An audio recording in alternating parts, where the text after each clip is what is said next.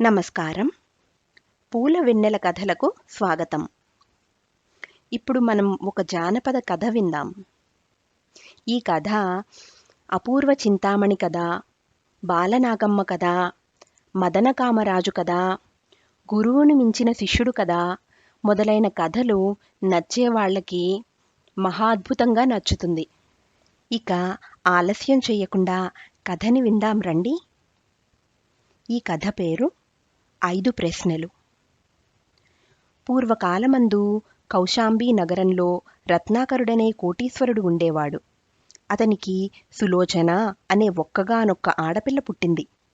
సులోచనను తండ్రి ఎంతో గారాబంగా పెంచుతూ వచ్చాడు. అయితే తనకు మగసంతతి ఎవరూ లేకపోవటం వల్ల తన తదనంతరం పిల్లల క్షేమం కనుక్కొనేవాళ్లు లేరు కదా అని పెద్ద బెంగ పెట్టుకున్నాడు. ఈ బెంగతోటే రత్నాకరుడు మంచం పట్టి కొన్నాళ్లకి చనిపోయాడు. తండ్రి చనిపోవటంతో సంసారభారమంతా సులోచన నెత్తిన పడింది. తను పెళ్లి చేసుకున్నట్లయితే బ్రహ్మాండమైన ఆస్తి అంతా పరులపాలు అయిపోతుందనే జంకుతో ఆమె వివాహం చేసుకోకూడదనే నిశ్చయించుకొన్నది. పురుషులు ఆమె కంటపడకుండా ఉండే విధంగా ప్రత్యేకించి ఒక భవనం కట్టించుకొని అందులో ఉండసాగింది. సులోచన క్షేమం కోరిన వాళ్లందరూ ఆమెను పెళ్లి చేసుకొనమని ఒత్తిడి చేయనారంభించారు. వారి మాట తీసివేయటానికా వీలులేదు. తనకా పెళ్లి చేసుకోవటం ఇష్టం లేదు. కనుక బుద్ధిమతి అయిన సులోచన ఒక ఏర్పాటు చేసింది. 5 ప్రశ్నలు వేస్తాను. వీటికి ఎవరైతే సరి అయిన సమాధానం చెప్పగలరో వారిని పెళ్లాడతాను అని ఆమె అనే వరకు అందరూ బాగున్నదంటే బాగున్నదన్నారు. ఈ వార్త తెలిసి దేశదేశాల నుంచి పరాక్రమవంతులైన రాజకుమారులు ఎంతోమంది వచ్చారు. వచ్చిన వారంతా ఆమె వేసిన మొదటి ప్రశ్నకే జవాబు చెప్పటం మా తరం కాదు అంటూ వచ్చిన దారినే వెళ్ళిపోయారు. సులోచనకు కావలసిందే అది. అసాధ్యమైన ప్రశ్నలు ఇచ్చినట్లయితే ఎవ్వళ్ళూ జవాబు చెప్పలేరు కదా. అటువంటప్పుడు నా నోటితో నేను అనకుండానే పెళ్లి సమస్య తప్పిపోతుంది కదా. నా ఏర్పాటు సబబుగా ఉన్నప్పుడు నా క్షేమం కోరిన వాళ్ళు కూడా నా యందు తప్పు ఎంచలేరు కదా అని ఆమె ఉద్దేశ్యం. ఈ ఉద్దేశ్యంతోనే సులోచన కష్టాతి కష్టమైన ప్రశ్నలు కల్పించింది. చాలామంది రాజకుమారులు జవాబు చెప్పలేక తల వంచుకొని వెళ్ళిపోయిన తరువాత చివరకు ఒక రోజున నేపాళ రాజకుమారుడైన ధీరసింహుడు సులోచనను చూడవచ్చి ఆమె మొదటి ప్రశ్న ఏమిటో చెప్పమన్నాడు. అందుకు ఆమె కొన్ని సంవత్సరాలుగా ఎక్కడి నుంచో ఈ రాజ్యంలో ఒకసారి చూశాను గాని మరి ఒకసారి చూడాలని ఉన్నది అనే మాటలు వినిపిస్తూనే ఉన్నాయి. ఈ మాటలు ఎక్కడి నుంచి వస్తున్నవో వాటి అంతరార్థం ఏమిటో ఆ వివరాలు కావాలి అని చెప్పింది. ధైర్య సాహసాలే జీవితంలో ప్రధానంగా పెట్టుకున్న ధీరసింహునికి ఈ ప్రశ్న అసాధ్యమనిపించలేదు. అందుచేత తను తప్పక సమాధానం చెప్పగలనని నమ్మి ఆమె వద్ద గడువు తీసుకొని తూర్పు దిక్కుగా బయలుదేరాడు. ధీరసింహుడు పోయిపోయి ఒక కీకారణ్యంలో ప్రవేశించాడు. కొంత దూరంలో నక్కదంపతులు గొల్లుమని ఏడవడం వినపడింది.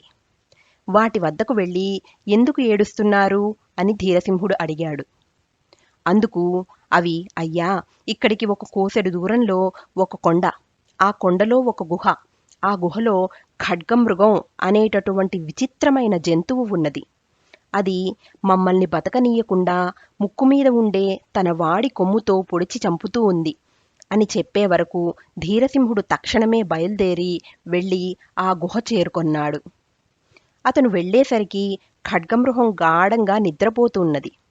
నిద్రిస్తున్న ప్రాణిని చంపడం పౌరుషవంతునికి తగదని తలచి ధీరసింహుడు ఆ గుహ బయట వచ్చి ద్వారం పక్కనే ఒక చెట్టుపైన పొంచి ఉన్నాడు. మరికొంతసేపటికి ఖడ్గమృగం లేచి గుహలోంచి బయటకు రాసాగింది. ధీరసింహుడు అమాంతం దాని మీదకు దూకి తను తెచ్చుకొన్న గొడ్డలితో దాని తల బద్దలు కొట్టాడు. ఖడ్గమృగం గిలగిలా తన్నుకొని చచ్చింది. ధీరసింహుని సమయోచితానికి సాహసానికి సంతోషించి నక్కదంపతులు, రాజకుమారా, నీ ఉపకారం మేమెన్నటికీ మరిచిపోలేము. మా వల్ల నీకు కావలసిన సాయం ఏమిటో చెప్పు, చేతులు కట్టుకుని చేయడానికి సిద్ధంగా ఉన్నాము అనేసరికి అతను తను బయలుదేరి వచ్చిన పని నక్కదంపతులతో చెప్పాడు. నక్కదంపతులు, నీ వంటి సాహసికి, యుక్తశాలికి, ఉపకారికి అసాధ్యమనేది లేదు, నీకు తప్పక జయమవుతుంది అంటూ కృతజ్ఞతను తెలిపి అడవి దాటే వరకు అతని వెంట వెళ్ళి అక్కడి నుంచి ఎడమచేతివేపు వెళ్ళమని సలహా చెప్పినవి. కార్యదీక్షగల ధీరసింహుడు కాళ్ళు కాలుతూ ఉన్నప్పటికీ లెక్కచేయక మండుటెండలో చాలా దూరం నడిచి వెళ్ళాడు. కొంతసేపటికి అలసట వచ్చి ఒక చెట్టు నీడన చతికిలబడ్డాడు. అప్పుడు అతనికి ఎదురుగా 2 పాములు కనపడినవి. పెద్దపాము చిన్నపామును చంపబోతూ ఉన్నది. ఆ అన్యాయం చూసి ధీరసింహుడు చిన్నపామును రక్షించుదామనే ఉద్దేశ్యంతో పెద్దపామును తన బాణంతో కొట్టబోయేసరికి ఆ 2 పాములు అదృశ్యమై వాటికి బదులుగా 2 గంధర్వులు ప్రత్యక్షమయ్యారు. మీరు ఎవరు? ఎందుకు ఇలా కొట్లాడుతున్నారు అని ధీరసింహుడు అడిగాడు. ఓయి రాజకుమారా, మేము చిన్నప్పటినుంచి బద్ధశత్రువులం. నేను ఒంటిపాటుగా ఉండడం చూసి నన్ను ఇతను హింసిస్తున్నాడు అంటూ చిన్న గంధర్వుడు చెప్పాడు. అప్పుడు ధీరసింహుడు వారిద్దరికీ బుద్ధులు చెప్పి రాజీ కుదిర్చే వరకు వారు అమితంగా సంతోషించి, రాజకుమారా, ఇన్నేళ్లబట్టి మా మధ్యని ఉంటున్న వైరం పోగొట్టినందుకు నీకు ఎంతైనా కృతజ్ఞులం. నీకు మేము చెయ్యగల సహాయమేదైనా ఉంటే చేసి కొంతవరకైనా రుణం తీర్చుకుంటాము, చెప్పు అంటూ అతని ఎదుట చేతులు జోడించి నించున్నాడు. ధీరసింహుడు తను వచ్చిన పని వెల్లడి చేయగా, ఈ ప్రశ్నను గురించి మేము విన్నాము. దీనికి జవాబు చెప్పటానికి నిజంగా నీవే తగినవాడవు. కొంచెం ముందుకు వెళ్ళి కుడివైపు మళ్ళినట్లయితే ఒక కొలను కనిపిస్తుంది. ఆ కొలను చేరుకున్నావంటే తరువాత ఏమి చెయ్యాలో సులువుగా తెలుస్తుంది. నీకు తప్పక జయం కలుగుతుంది అని చెప్పి గంధర్వులు కొలనుకు దారి చూపించారు. దీక్షాపరుడైన ధీరసింహుడు గంధర్వులు చెప్పిన దారినే వెళ్ళి కొంచెం సేపటికల్లా కొలను చేరుకున్నాడు. విశ్రాంతి కొరకు అతను గట్టుమీద కూర్చునేసరికి కొలను లోపల నుంచి అపురూప సుందరమైన ఒక నాగకన్య వచ్చి ధీరసింహుని చేయి పట్టుకొని లోపలికి తీసుకుపోయింది. లోపల ఒక రమణీయమైన తోట ఉన్నది. కనుపండువ చేసే ఆ పచ్చటి చెట్ల మీద రకరకాల ఫలములు పండి సిద్ధంగా ఉన్నాయి. ఆ ప్రదేశంలో మధ్య మధ్యని సెలయేళ్లు గానం చేసుకుంటూ ప్రవహిస్తున్నాయి. నేలంతా పచ్చలతో తాపటం చేసినట్టుంది. వృక్షాలన్నీ బంగారు రంగుతో మిలమిలా మెరుస్తున్నాయి. ఇవి దాటుకొని పోగానే ఒక దివ్యభవనం కనిపించింది. ధీరసింహుణ్ణి ఆ భవనంలోకి తీసుకుపోయింది నాగకన్య. అక్కడ ఒక పెద్ద హాలు, ఆ హాలు మధ్య నుండే రత్న ఖచితమైన సింహాసనం మీద కూర్చోబెట్టింది. హాలు 4 వైపులా గోడలకు అందమైన రాజకుమార్తెల పటాలు వేలాడుతున్నాయి. ఒక చోట మాత్రం ఒక పటానికి సరిపడేటంత ఖాళీ స్థలం కనబడింది. అతను ఈ పటాలు వింతగా చూస్తున్నంతలో తనను ఆహ్వానించిన నాగకన్య కూడా ఒక పటంగా మారిపోయి ఆ ఖాళీ జాగాను పూర్తి చేసింది. ఇప్పుడు ఆ హాలులో ధీరసింహుడు తప్ప మరెవ్వరూ లేరు. అతనికి చాలా ఆకలి వేసే వరకు గద్దె దిగి తోటలోకి వెళ్ళాడు. ఆ తోటలో ఎన్ని రకాల పండ్లు కోసుకొని తిన్నా ఆకలి తీరలేదు. అక్కడి సెలయేళ్లలోని నీళ్లు ఎన్ని తాగినా దాహం తీరలేదు. అప్పటికి చీకటి పడినందువల్ల అతను మళ్లీ దివ్యభవనంలోకి వెళ్ళాడు. అతను వెళ్లేసరికి దీపాలు వాటంతట అవే వెలిగినవి. గోడలను వేలాడుతున్న పటాలన్నీ నిజమైన కన్యలుగా మారిపోయి వారందరూ ధీరసింహుని చుట్టూ చేరి గానం చేస్తూ నృత్యం చేయసాగారు. ఆ రాత్రల్లా వారు నృత్యం చేశారు. తెల్లవారేసరికల్లా ఆ కన్యలందరూ మళ్లీ పటాలలో బొమ్మలుగా మారిపోయి గోడలకు వేళ్లాడసాగారు. అటు తర్వాత అక్కడనే ఉన్న గోడ కన్నంలో నుంచి చీమల బారు పాకుతూ బయటకు రావటం కనపడింది. అతను కన్నం దగ్గరకు వెళ్ళి గోడను తట్టే వరకు అక్కడ బోలుగా ధ్వనించింది. ఆ గోడను కత్తితో పొడిచి బద్దలు కొట్టేసరికి ఒక అర, అందులో ఒక పాత తాళం చెవి కనబడింది. దానితో భవనంలోని ప్రతి గది వరకు వెళ్ళి తెరవబోయాడు. కాని అది ఏ గదికి పడలేదు. దానితో చివరి నుండే చిన్న గది మాత్రం తెరవగలిగాడు. అతను ఆ గదిలో ప్రవేశించి చూడగా అక్కడ ఒక ఇనుప పెట్టె మాత్రం ఉన్నది. ఆ పెట్టె తాళం చెవి ఎక్కడైనా దొరుకుతుందేమోనని అతను ఆ చోటంతా వెతికాడు. కాని ఎక్కడా తాళం చెవి కనిపించకపోయేసరికి ధీరసింహుడు నిరాశ చెంది మరలిపోతూ ఉండగా అతని కాలు నేలమీద ఉన్న ఒక మీట మీద పడింది. కాలు మీట మీద పడటంతోటే ఇనుపపెట్టె గభీమని తెరుచుకున్నది.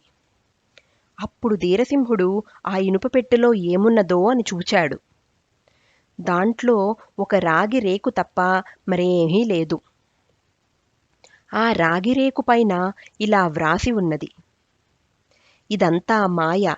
ఎవ్వడైతే ఈ తోట మధ్యని ఉన్న బంగారు చెట్టును పెళ్లగిస్తాడో అతను ఈ మాయను తెలుసుకోగలుగుతాడు. ఇది చూడగానే ధీరసింహుడు ఉత్సాహంతో తోటలోకి వెళ్ళాడు. రాగిరేకు పైన వ్రాసి ఉన్న విధంగా బంగారు చెట్టు ఆ తోట మధ్యలో కనిపించింది. కాని అతను దాన్ని పెళ్లగించలేకపోయాడు. మళ్లీ నిరాశ చెంది వెనుకకు తిరిగి పోబోతూ ఉండగా ఆ చెట్టు పక్కనే అటువంటిదే ఒక చిన్న బంగారు చెట్టు అతనికి కనిపించింది. బహుశా రాగిరేకు పైన వ్రాసి ఉన్నది ఈ చిన్న చెట్టు గురించేనేమో అనుకుని ధీరసింహుడు చిన్న చెట్టును పెళ్లగించాడు. చిన్న చెట్టు పెళ్లగించటంతోటే పెళపెళా ధ్వని చేసుకుంటూ పెద్ద చెట్టు కూడా దానంతట అదే పడిపోయింది. ఈ పెద్ద ధ్వనికి ధీరసింహుడు స్పృహ తప్పి పడిపోయాడు. కొంతసేపటికి తెలివి వచ్చి కళ్ళు తెరిచి చూడగా అక్కడ తోటా లేదు, మేడా లేదు. పటాలలో వేలాడుతూ ఉన్న నాగకన్యలు మళ్లీ బిలబిలమంటూ వచ్చి అతన్ని చుట్టుముట్టారు. అప్పుడు ధీరసింహుడు, మీరు ఎవరు? ఈ మాయ అంతా ఏమిటి అని వారిని ప్రశ్నించాడు. అందుకు వారు, ఇక్కడికి 10 యోజనాల దూరంలో ఉన్న మాయావతి పట్టణ రాజకుమార్తెలం. మాకు యుక్త వయస్సు రాగానే పెళ్లి చేయమని మేము మా తండ్రిని కోరగా ఆయన మా పైని కోపగించి మమ్మల్నందరినీ ఈ భవనంలో బంధించాడు.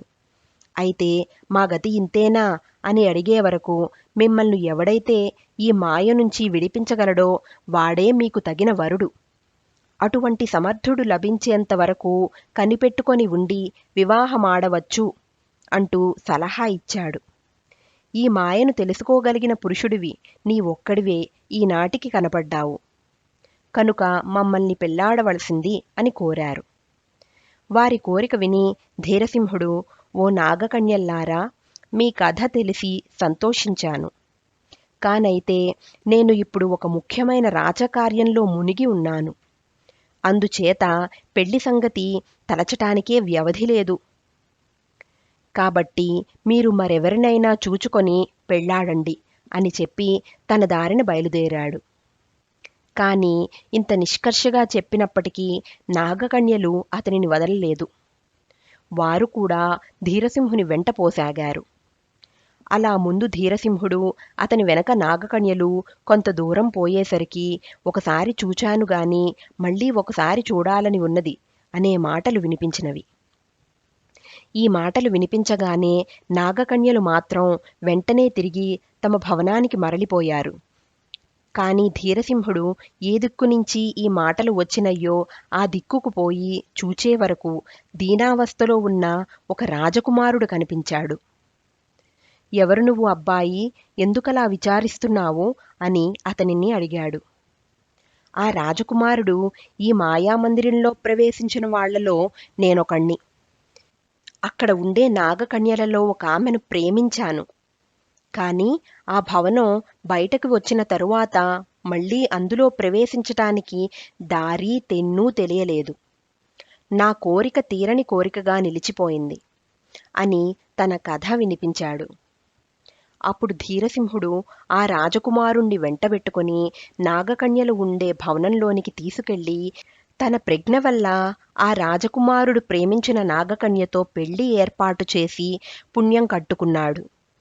తరువాత అతను సులోచన వద్దకు పోయి మాయామందిరాన్ని గురించిన చిత్రాలన్నీ చెప్పేసరికి, అవును, నా ప్రశ్నకు ఇదే జవాబు, ఇప్పుడు ఆ మాటలు వినిపించటం లేదు కూడాను అని ఆమె ఒప్పుకొని, సరే, 2వ ప్రశ్న చెబుతాను, రేపు రావలసింది అని చెప్పి అతన్ని సాగనంపింది. 5 ప్రశ్నలు అనే కథలో మొదటి భాగం సమాప్తం. 2వ భాగంతో మళ్ళీ కలుసుకుందాం. నమస్కారం.